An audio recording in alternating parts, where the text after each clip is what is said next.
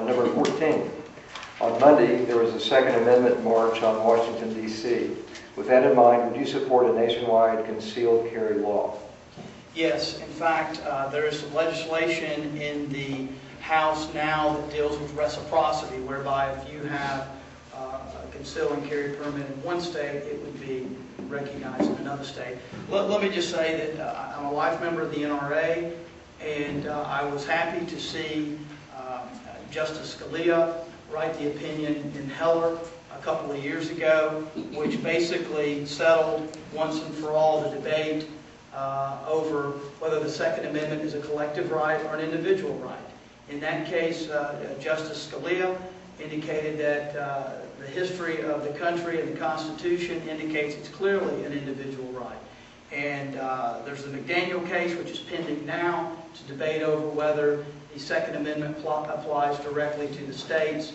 And that is actually in the Supreme Court now. I think they've already heard arguments on it. So, and I feel real good about where that's going to come down. So I am optimistic with this court with regard to the Second Amendment, particularly after the Heller case.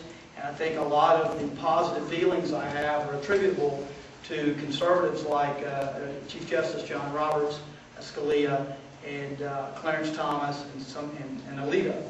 And so I feel real good about where we are in terms of the Second Amendment right now. The Bill of Rights is not a menu at a cafeteria. You can't pick and choose the ones you want. The Second Amendment's got to be taken with all the others. You know, I'm a Second Amendment supporter all the way, and I tell you what, as a law enforcement officer patrolling out here in Pulaski County, I have taken guns off of criminals over and over and over again in car searches. And I'm going to tell you something, they got it. They got it.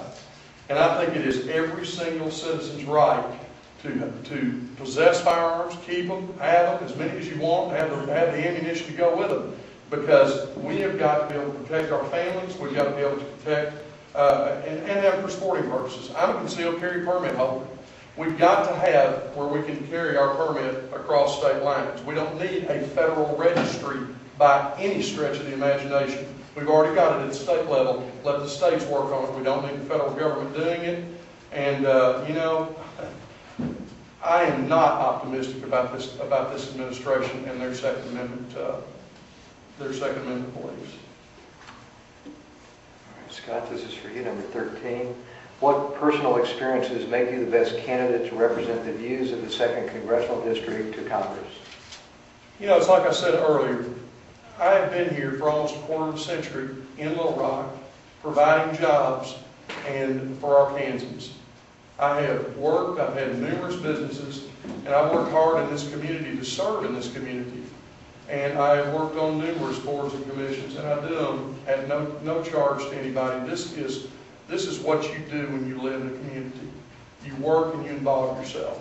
And I have done it for, like I said, almost a quarter of a century. I have had hundreds of Arkansans over the years that have relied on my businesses to have income, to care for their families. I don't have DC baggage. And right now across this nation, the Tea Parties are all founded on the fact that they're frustrated with Washington as it is right now. They are completely and totally frustrated because it seems like we cannot get out of that. It is time now that we need to take what Washington has. It is a radical change that we need. We do not need to continue the same course. We need a different course, different people, different representation, because it's not working right now, and it's time to break that mold. Let me be clear, I'm not optimistic about the Obama administration either. I'm optimistic about the conservative justices that we have, number one. Number two, you want some radical change, you're looking at it. I've never run for office before, and you ask Todd Hart sitting up there who grew up with me in Magnolia, who will bring some radical change to Nancy Pelosi. That's me. I'll tell you, I'm a 5th generation Arkansan. I live here, went to college in the district at Hendricks. My wife's from Arkansas, both of my kids have been born in Arkansas. And I tell you, I would tell any preacher's kid, which I am, from Magnolia, and teacher's kid as well, if you ever get an opportunity to work at the White House and sit in the Oval Office, that's an honor. That's not baggage. That's something to be proud of. And I hope my child has the opportunity to get that kind of experience, and that experience will make me a better congressman. All right, I'm going to have to take 3 seconds. Go right ahead. It was worth it. Take time.